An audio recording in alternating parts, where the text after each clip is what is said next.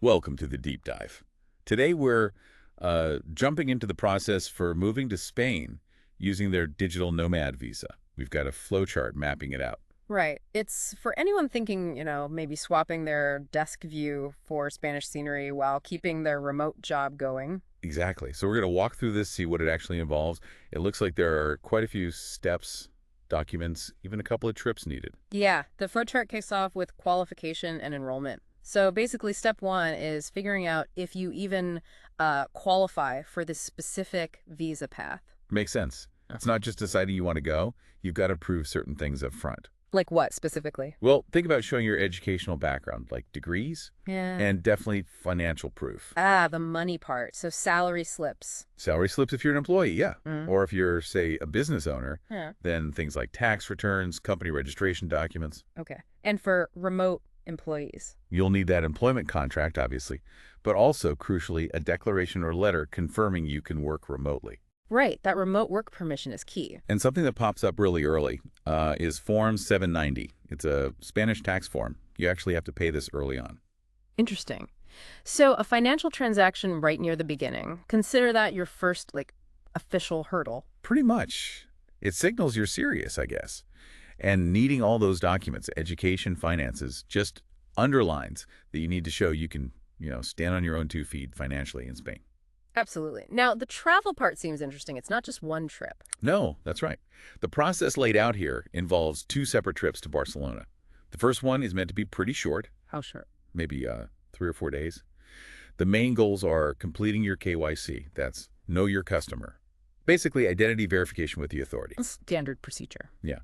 And also, importantly, submitting your actual immigration file in person. And typically you do this with legal help lined up. Getting lawyers involved at that stage. Probably wise. Definitely recommended. You want to avoid errors in that submission. Little mistakes can cause big delays or even, well, rejection. They help make sure everything's spot on for Spanish rules. It makes sense. Keep the first trip short and focused on those critical in-person legal steps. Minimal disruption. Exactly. So, after that first trip, you've submitted your file. Then comes a waiting period. Okay, how long are we talking? The chart suggests around 20 business days waiting for the initial residency approval. And you can wait in Spain? Or go home? Either, seems like. You don't necessarily have to stay. If things go well, you get that initial thumbs up. And that approval is for? 3 years, which is actually quite substantial, gives you a good chunk of time to settle in. 3 years is pretty solid, yeah. Offers real stability. And honestly, 20 working days for that initial decision seems fairly efficient for this kind of thing. It does, but you're not quite done yet. Okay. What's next? Once you have that initial approval, there's apparently a final payment to make, and then you need to head back to Barcelona. For the second trip, what happens then? Biometrics. This is where they take your fingerprints, your photo, all that stuff for your actual residency card. Right. The TRC, temporary residency card. Right, the physical card. Biometrics are standard for most residency processes globally. Makes sense. And after that appointment, more waiting. Of course. How long this time? This wait is for the TRC itself to be printed. The sources say allow about 40 business days for that. 40 business days. So nearly 2 months potentially. Okay. So let's quickly recap the whole flow. First, qualify and enroll. Make sure you fit the profile. Then the big one. Documents. Gather everything. Get it legalized, which includes apostilles, that specific international certification. Right, and sworn translations. Crucial detail. Don't forget that Form 790 tax payment near the start. And the police clearance certificate, or the FBI check for U.S. citizens, needs to be apostilled and translated too. Then trip 1 to Barcelona. Yeah. Short. 3-4 days for KYC and submitting the file. Wait, number 1.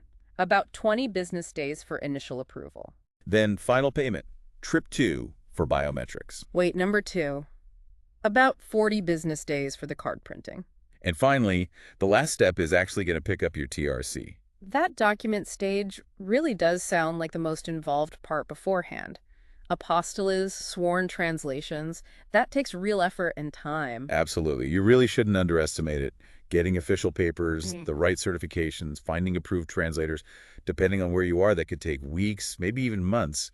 Definitely start early on that. Good advice. So, thinking about this whole journey, it's worth considering which part might feel like the biggest hurdle for you. Is it wrangling all that paperwork? Or maybe coordinating the 2 separate trips. Planning that travel. Or just managing the waiting, sitting tight during those periods. It's definitely something to reflect on if you're seriously considering this Spanish digital nomad path. What part requires the most personal adjustment, you think?